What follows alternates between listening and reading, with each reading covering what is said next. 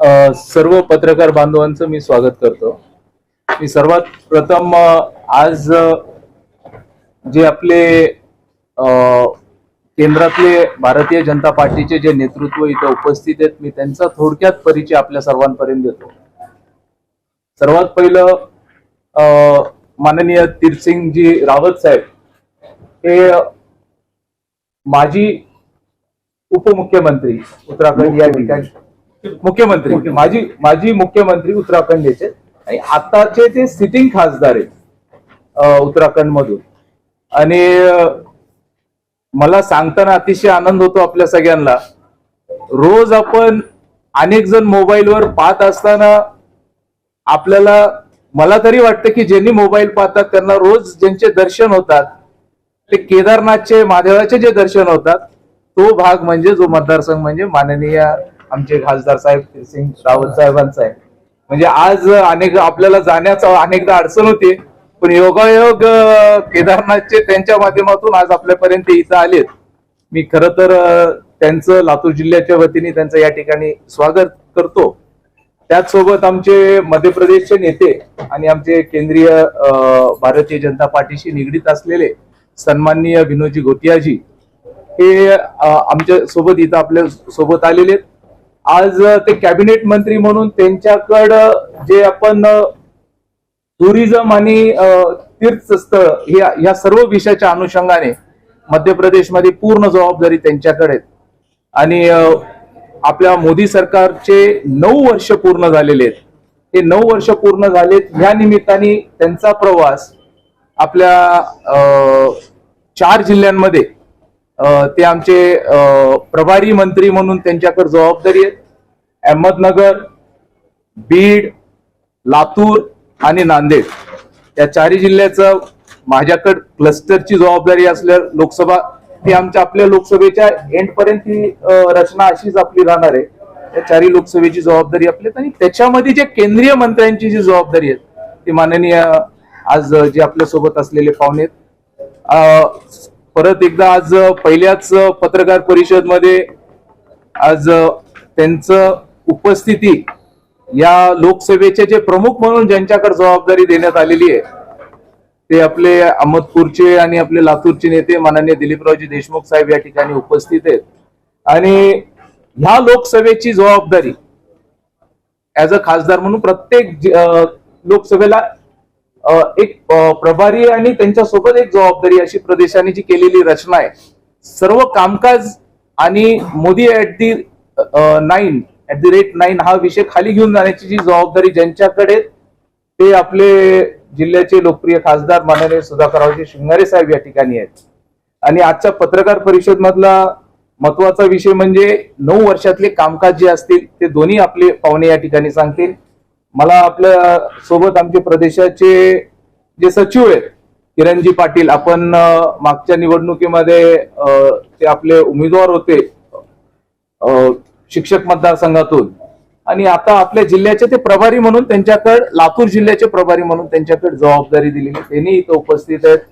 माजी खासदार सुनीलजी गायकवाड आहेत, प्रवीण कस्तुरे, आमचे दिग्विजय काटोते आणि आजचे तिन्ही आमचे महामंत्री शिरीष कुलकर्णी हे सर्वजण इथे आहेत. मी आपल्या सर्वांना विनंती करतो, मी माननीय मंत्री महोदयांची परवानगी मैं आपकी परमिशन लेके मैं आपसे विनती करूंगा कि जो विषय प्रेस के सामने जाना है तो आगे की प्रेस आप यहाँ से प्रेस को चलाए.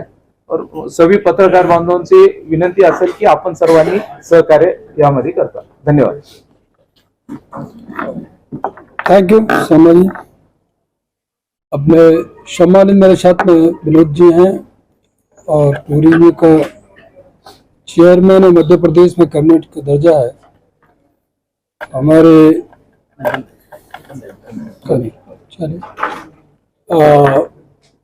माननीय अमरा जी और आमदार और संगठन के कई दायित्वों पे रहे हैं. माननीय खासदार और सभी मेरे वरिष्ठ और सम्मानित पत्रकार मित्रों, आप सबको नमन प्रणाम. हम लोग केंद्र की ओर से ऐसे 4 लोकसभाओं का काम देख रहे हैं।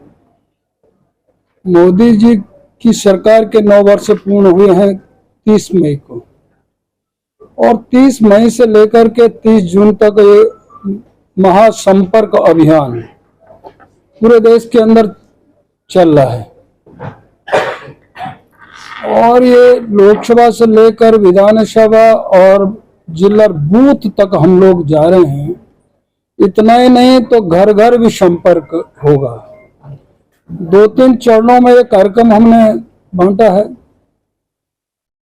तो शुरू में 30 तारीख को माननीय प्रधानमंत्री मोदी जी के द्वारा पूरे देश को, राष्ट्र को संबोधन, और उसके बाद 1 तारीख से लेकर के ऐसा मीडिया से संवाद, ऐसा एक कार्यक्रम था हमारा। सोशल मीडिया ऐसा ट्विटर, फेसबुक, इस प्रकार के अपने कार्यकर्ताओं से, साथ में आप सबसे भी ऐसा एक 5 तारीख तक।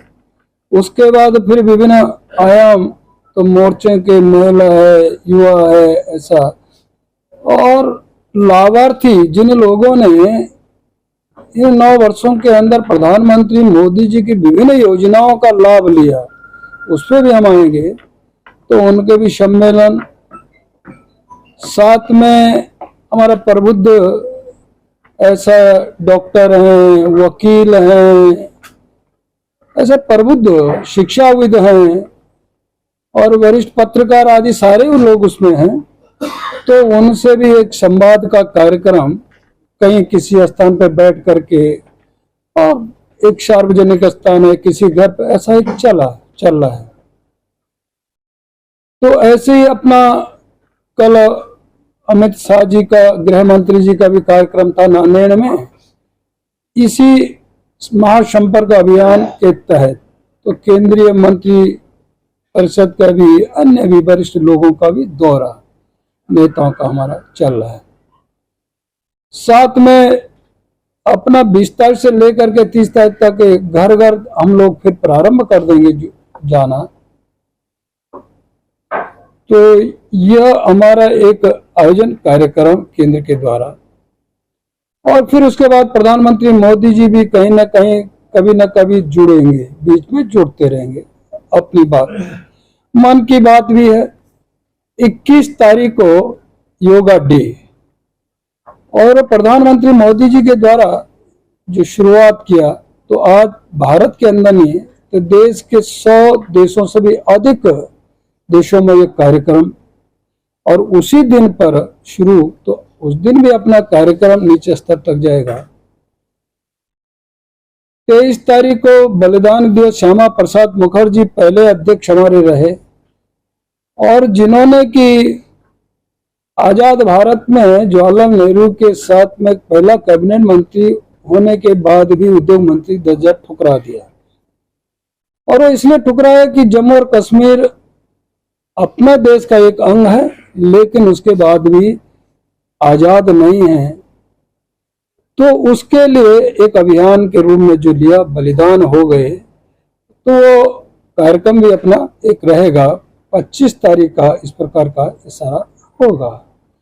तो ऐसे एक अलग अलग कार्यक्रम, आपातकाल, इस तरह 25 बलिदान दिवस, इस प्रकार के सारे कार्यक्रम, तो ऐसे एक सारे होने वाले हैं कार्यक्रम। लेकिन ये सच है कि वास्तव में आजादी के बाद ऐतिहासिक काम हुए हैं जो कभी नहीं हुए। कभी लोगों ने कल्पना भी नहीं की होगी, सपने भी नहीं सोचा होगा कि ऐसे ऐसे काम भी हो सकते हैं कि 370-35 से खत्म हो सकते कि नहीं हो सकती है, ये कभी सोचा नहीं होगा किसी ने। लेकिन उसको भी मोदी जी के नेतृत्व में, अमित शाह जी के द्वारा सदन के अंदर पास होना और उस आजादी को प्राप्त करना, जहां 2 ध्वज, 2 संविधान, 2 विधान चला करते थे। हमारे यहाँ 5 वर्ष की सरकार चल रही, वहां 6 वर्ष की चला करती थी। ऐसे जो बजट अलग से फंडिंग इस प्रकार का केंद्र सरकार के द्वारा उसको जाना, और उनका 3 घरों में ही पूरी तरह उपयोग होना, बाकी लोग उससे दूर। तो इसको हटने से आम जन भी विकास से जुड़ा, जम्मू और कश्मीर का, जिनमें खुशहाली आई है। तो सारी जो केंद्र की लाभकारी योजनाएं थी उन तक भी पहुंचने का काम हुआ। राम जन्मभूमि का मुद्दा जो 500 वर्ष आंदोलन कर रहे थे, न जाने कितने शहीद हुए, लेकिन हमको फिर भी उसके बाद अपना जो राम जन्मभूमि स्थल है उस पर निर्णय नहीं मिला। तो मोदी जी के आने बाद सुप्रीम कोर्ट ने डिसीजन दिया, मोदी जी के द्वारा ट्रस्ट बना और आज राम मंदिर का भी भव्य दिव्य मंदिर वहां बनने जा रहा है, जिसको आज दुनिया के लोग देखने के लिए आ रहे हैं। 3 तलाक कानून कभी कल्पना कर सकते हैं क्या? कभी किसी के जन्म में भी नहीं था, सोचा भी नहीं था, वह भी पास हुआ। ऐसे बड़े बड़े योजना है, बड़े बड़े इस प्रकार के। लेकिन एक समय यह कि कोविड का भी दौर आया, लोगों ने कहा मोदी जी अब क्या करेंगे।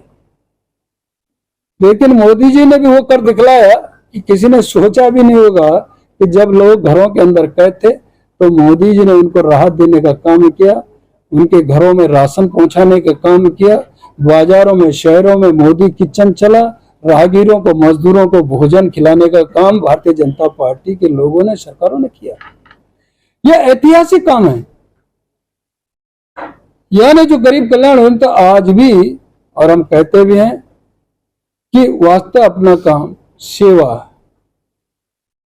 और सुशासन और गरीब कल्याण, ये स्लोगन नहीं है, ये हमने कर दिखलाया, मोदी जी ने इसको कर दिखलाया।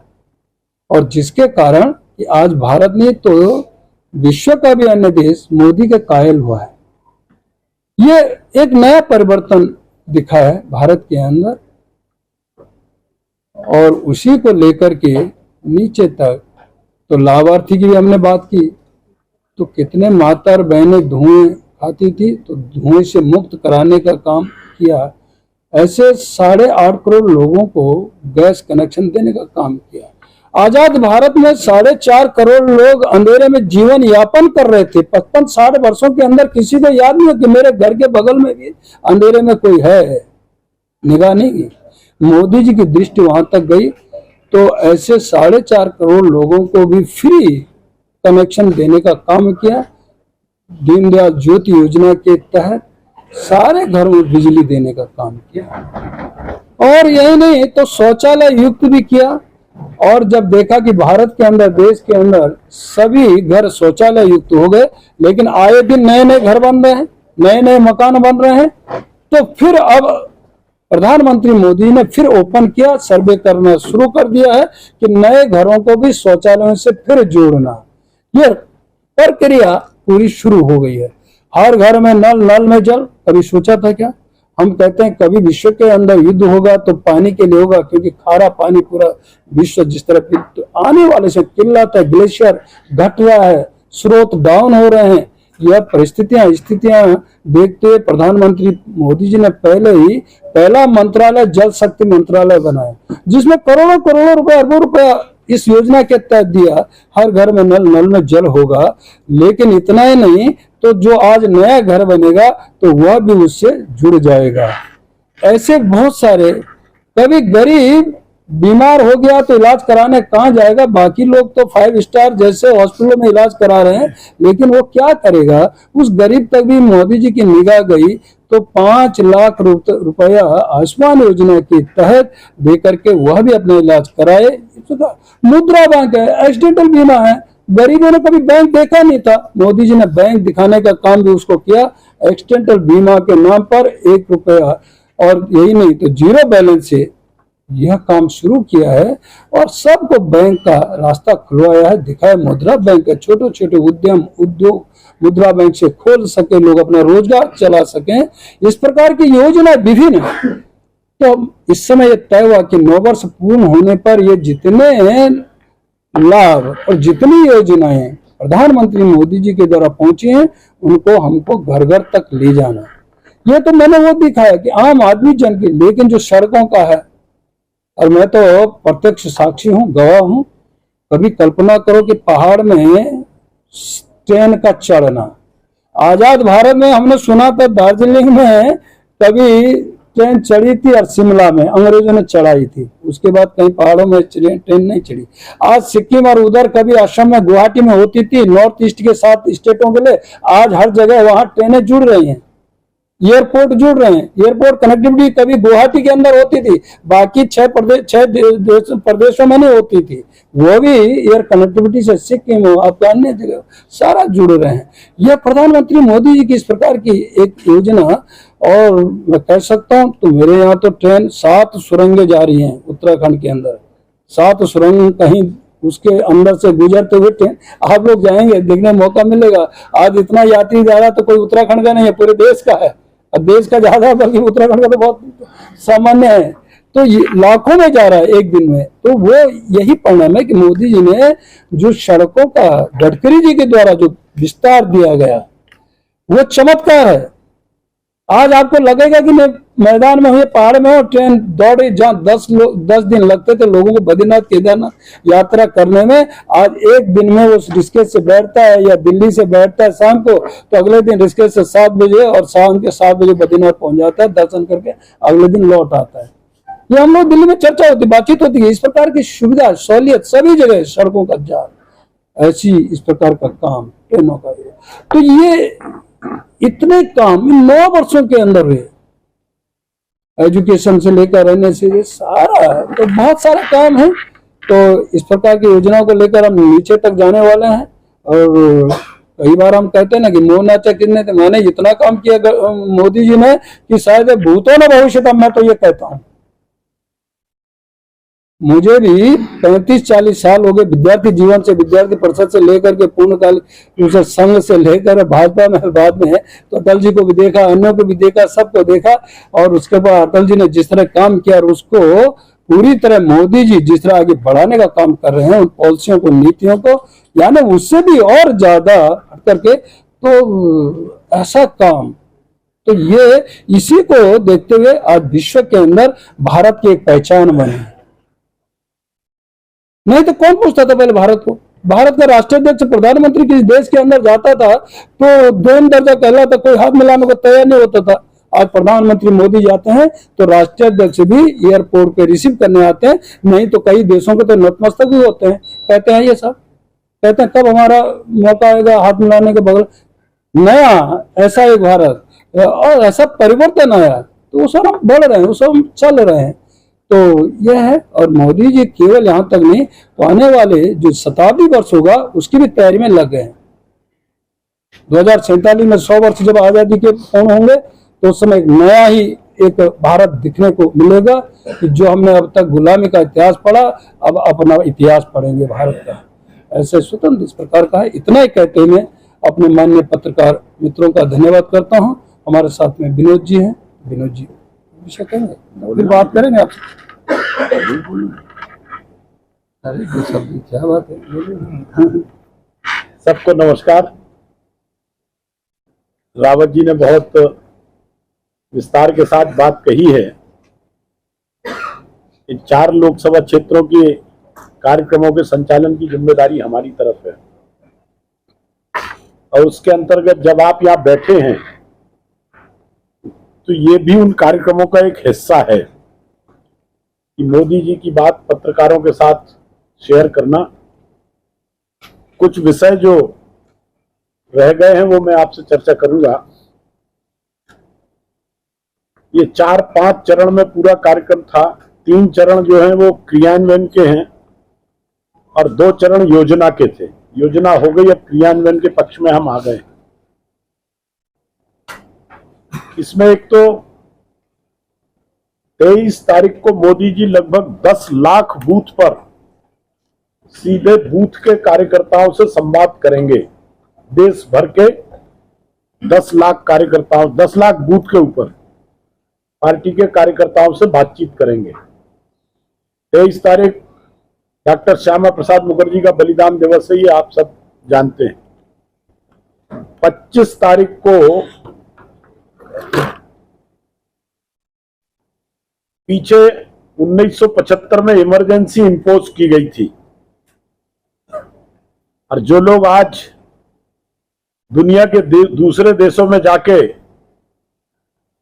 लोकतंत्र की दुहाई दे रहे हैं, मैं नाम नहीं लेना चाहता उनका, उनके बाप दादों ने इस देश के लोकतंत्र को फांसी पर टांगने का काम किया था 25 जून 1975 को। आपके, हमारे और देश के सभी नागरिकों के सभी अधिकार जो हैं वो समाप्त कर दिए गए थे। और इसलिए 25 तारीख को प्रबुद्ध लोगों का एक सम्मेलन भी होगा, जिसमें इमरजेंसी की घटनाओं के ऊपर विस्तार के साथ लोगों से चर्चा की जाएगी, ताकि नई पीढ़ी जिसका जन्म 1975 के बाद हुआ है उसको इस बात का स्मरण रहे कि ये देश किन संकटों से गुजर के निकला है और उन दिनों में संघर्ष करने वाले लोग कौन थे जिनने इस देश के लोकतंत्र को बचाने का काम किया है। 1000 परिवार प्रत्येक लोकसभा में हमने चिन्हित किए हैं और वहां हमारे जो ये प्रथम पंक्ति का नेतृत्व बैठा है, ये नेतृत्व उनमें संपर्क करने जाएगा। आज हम लोग भी कई परिवारों में होके आए हैं और बड़ा अच्छा प्रतिसाद इस बात का मिल रहा है। जहां भी हम गए हैं लोगों ने सारे विषय के ऊपर बहुत विस्तार से हमारे साथ चर्चा की है, हमने उनको सुना है और उनने कहा है कि नहीं, जो समाज है वो पूरी सामर्थ्य के साथ मोदी जी के साथ खड़ा है, भारतीय जनता पार्टी के साथ खड़ा है। फिर आखिरी के 3 दिनों में, इस महीने के आखिरी के 3 दिन में भारतीय जनता पार्टी का कार्यकर्ता प्रत्येक दरवाजे को खटखटाने का काम करेगा। मोदी सरकार की जो उपलब्धियां हैं उन उपलब्धियों को आम जनता तक जनसंपर्क के माध्यम से, महाजनसंपर्क अभियान के माध्यम से हम दरवाजे दरवाजे तक ले जाएंगे, प्रत्येक व्यक्ति से संदर्भ में बातचीत करेंगे। जहां तक हितग्राहियों की बात है वो रावत जी ने आपसे की है, पर कुछ सरकार की ऐसी उपलब्धियां हैं जिनको मैं कहना चाहता हूं कि एक तो जैसे हमारे यहाँ रेल का कारखाना आया है, ये अपने आप में इस क्षेत्र की एक बड़ी उपलब्धि है। ये जो महामार्ग बन रहे हैं हजारों करोड़ रुपए के, ये पूरे देश में बन रहे हैं। आजादी के बाद 2014 तक 70 विमानतल ऐसे थे जो सुचारू रूप से चल रहे थे और इन 9 सालों में 70 और हवाई अड्डे बनाने का काम माननीय मोदी जी के नेतृत्व में हुआ है। कनेक्टिविटी बढ़ाने का काम है। वंदे भारत ट्रेन आप सब जानते हैं जिस तेजी से चलाई जा रही है, पूरी दुनिया मांग रही है वंदे भारत ट्रेन को। पर इस देश में 2014 के पहले तक लगभग 5 से 7 लाख डॉक्टर्स की कमी थी। हमने डॉक्टर्स की सीट तो बढ़ाई है, जो 36-38 हजार साल भर में डॉक्टर निकलते थे उसको बढ़ा के उसमें लगभग 1 लाख का प्लस किया है। इतना हमने उसको बढ़ाने का काम किया है, लेकिन मेडिकल कॉलेजेस की संख्या भी बढ़ाने का काम किया है। और इसलिए हर 3 लोकसभा क्षेत्र के बीच में कम से कम एक, ज्यादा भी हो सकते हैं, पर कम से कम एक मेडिकल कॉलेज अनिवार्य रूप से खुल रहा है। आपके यहाँ भी उनकी 2 खुल गए, आपके यहाँ पे 2 खुल गए हैं। एम्स बनाने का काम किया है। दिल्ली में एक एम्स होता था, हम सब जानते हैं। अटल जी ने उस योजना को बढ़ाने का काम किया था।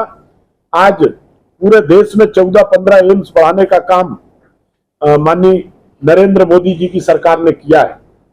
देश की सीमाओं की सुरक्षा की जहां तक बात है, तो आप सबको पता है कि हमने पाकिस्तान से कोई लड़ाई इन 9 सालों में नहीं लड़ी।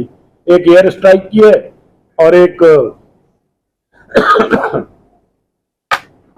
हमारे सैनिक जब पाकिस्तान के अंदर घुसे थे और अंदर घुस के मार के आए थे थल सेना के हमारे जवान, लेकिन पाकिस्तान की क्या हालत भारत की कूटनीति ने की है वो आप सबके ध्यान में है। और इन 70 सालों में 74-75 सालों में पहली बार ऐसा हुआ है कि जब चीन को एक बार नहीं 2-2 बार उन स्थानों से पीछे हटना पड़ा है जहां चीन ने अपना डिप्लॉयमेंट किया था। और इसलिए सेना हमारी सरहद के ऊपर भी मजबूती के साथ खड़ी है, उसकी सामर्थ्य बढ़ रही है। रक्षा उत्पाद के संदर्भ में हमने आत्मनिर्भरता की तरफ कदम उठाया है। हमारी ब्रह्मोस, पूरी दुनिया चाह रही है कि ब्रह्मोस मिसाइल उनको मिले। हमारा जो लाइट कॉम्बैक्ट एयरक्राफ्ट है तेजस, उसकी दुनिया में डिमांड बढ़ी है, कई देशों ने समझौता किया है। कुल मिला के मैं जबलपुर का हूं, इसलिए मुझे पता है कि धनुष और सारंग नाम की जो तोप बनी है वो बोफोर्स से अच्छी है, उनकी ज्यादा क्षमता है, ज्यादा कैलिबर की है, मारक क्षमता ज्यादा है। और कुल मिला के हिंदुस्तान इन सब मामलों में आत्मनिर्भर हुआ है। एक विकसित राष्ट्र, एक विकासशील राष्ट्र को विकसित राष्ट्र की तरफ ले जाना, दुनिया की 5वीं अर्थव्यवस्था के स्थान पर खड़े करना, जो हमारे ऊपर शासन करते थे उनकी अर्थव्यवस्था आज हमसे पीछे है, और कुल मिला के एक गौरवशाली और वैभवशाली ऐसा एक राष्ट्र खड़ा करना, ये मोदी जी की संकल्पना है। और उस दिशा में भारतीय जनता पार्टी का एक एक कार्यकर्ता मोदी जी के कंधे से कंधा मिला के आगे बढ़ने का काम कर रहा है। मैं समझता हूं कि आज के अवसर पर बताने के लिए, तो जब मैं बताने बैठूंगा तो और 200 चीजें बता सकता हूं आपको, मकान से लेके गैस सिलेंडर से लेके सारी चीजें आपके ध्यान में हैं, अनाज वितरण से लेके सब चीजें, पर इतनी चीजें पर्याप्त हैं जिनके माध्यम से हम समाज को ये कह सकते हैं कि जो पिछले 60-65 वर्षों में नहीं हुआ वो इन 9 वर्षों में उस दिशा में बढ़ने का काम भारत ने किया है। हम एक सशक्त भारत के निर्माण की तरफ, एक गौरवशाली भारत के निर्माण की तरफ आगे बढ़ रहे हैं। आप सब यहाँ आए, मैं आपका धन्यवाद करता हूं। किसी को कोई प्रश्न करना है तो रावत जी से कर सकते हैं। ठीक है सर। रावत साहब, आप पिछले 5 साल में पत्रकारिता से भी जुड़े हुए हैं और एशियन बुक ऑफ रिकॉर्ड्स में भी आपका नाम गया है, जैसा कि राजनीतिक है, सामाजिक काम में। आप जब युवाओं से मिलते हैं जनसंपर्क अभियान में, तो अनएम्प्लॉयमेंट के ऊपर उनका क्या रिएक्शन है? एज ए जर्नलिस्ट आप बताइए, आपने भी 5 साल पत्रकारिता की है, जर्नलिस्ट के नाते बताइए, बेरोजगारी पे क्या हुआ है 9 साल में? देखिए, यदि मैं कहूँ तो बहुत सारे अवसर रोजगार के दिए प्रधानमंत्री मोदी जी की सरकार ने। जो इतना सब बताया, अभी मेडिकल कॉलेज हैं, एम्स है, और भी बहुत सारे इस प्रकार के चीजें खुली हैं, एफडीआई है।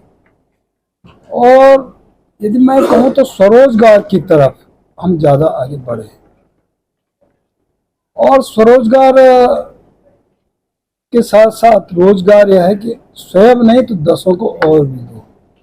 आत्मनिर्भर भारत की तरफ जो बढ़े हैं, तो आत्मनिर्भर भारत की तरफ भी मैं देखूं कि कोविड के समय में बहुत सारे लोगों ने, जो आज हमारे पास नहीं होता था, एक छोटा सा मास्क की बात करूं, सैनिटाइज की बात करूं, वैक्सीन तो बड़ी चीज है, यह भी भारत के अंदर नहीं होता था। ऐसे भी उद्यम और उद्योग लगाए, तो ऐसे लोगों को अवसर दिया रोजगार के। और प्रत्यक्ष मेरे सामने है ऐसे उदाहरण कि बहुत सारे लोग, नौजवानों ने उसमें अलग अलग अपने उद्यम खोले, पेटें खोली, ऐसे ही। जहां तक स्वरोजगार के आत्मनिर्भर भारत की मैं बात करूं, तो सेल्फ डिपेंड ऐसे एक उद्यम, छोटे छोटे कारोबार, मुद्रा बैंक प्रधानमंत्री मोदी जी ने ये दिया। मुद्रा बैंक के तहत बहुत सारे नौजवानों को अवसर दिए, छोटे छोटे रोजगार खोल सकते हैं, कंप्यूटर खोल सकते हैं, आपका अन्य इंस्टीट्यूट चला सकते हैं, महिलाओं के लिए भी किया, ये सब कुछ किया, तो बहुत सारे अवसर दिए। तो यदि मैं दूसरी तरफ देखूं, एक केवल सरकारी नौकरी नहीं, तो ये भी एक, जो मैंने कहा कि इस प्रकार के रोजगार, तो इनको भी जोड़े हैं, तो बहुत आगे हम लोग आज नौजवानों को लेकर गए हैं रोजगार के सूत्र। Thank you. मला असं वाटतं की बऱ्यापैकी माननीय हमारे दोनों मंत्रियों ने विस्तार से पूरा विषय आप सबके सामने रखा हुआ है। एक विषय में माननीय हमारे रावत साहब के बारे में बताना भूल गया। 2014 में साहब मुख्यमंत्री बनने से पहले एक कार्यकर्ता बोल के लातूर जिले में निवास में थे। 15-20 दिन थे, 20 क्या? हाँ, 1 महीना थे। लगभग 1 महीना अपने जिले में थे, और अपने जिले से जाने के बाद वो वहाँ के सीएम बन गए। तो ये अपना मैंने बहुत गर्मी खाई यहाँ की। तो त्यांचा म्हणजे निवास आपल्या जिल्ह्यामध्ये जवळपास एक क्या महिना था सरदार साहब का एक बात हमारे मराठी बात है शायद थोड़ी समझ में आएगी हिंदी में बोलता था जरा लोकसभा में जो खराब जो आप पूरे देश के विकास के बारे में जो आप नरेंद्र मोदी साहब की सब मंजूर होता था लोकसभा ऐसे क्या था राज्यसभा में मंजूरी नहीं थी इसमें आपको ऐसी तकलीफ होती है ऐसे अब वहां पहले मंजूरी हो जाती है, अब दिक्कत नहीं है।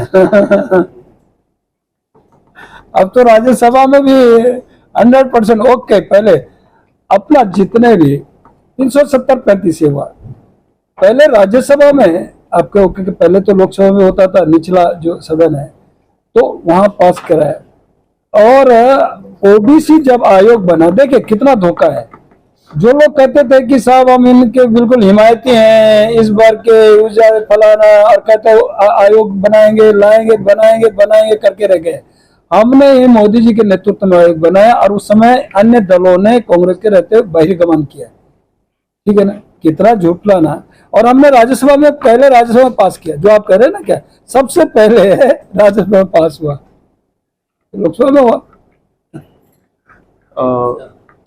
माझी आपल्या सर्व पत्रकार बांधवांना आपण उपस्थित राहिलात त्यासाठी मी मनापासून आपले सर्वांचे आभार व्यक्त करतो। पत्रकार परिषद झाल्यानंतर एकत्रित खाली चहा पानची व्यवस्था खालच्या आपल्या डायनिंग हॉल मध्ये आपण केलेली आहे। आपल्या सर्वांसोबत चहा घेतली ना? ठीक है मैं समझ गया। चाय पे ठीक है, ये भी एक कार्यक्रम है ना। एक छोटीशी विनंती आहे संपवायच्या आधी, जे काम आपल्यात करण्यात आलेले आहेत त्याचं एक छोटस बुकलेट आहे, ते आपल्या सर्वांपर्यंत पोहोचतील। त्याचंही उद्घाटन आता या निमित्ताने आपण ठीक है ओके। और अभी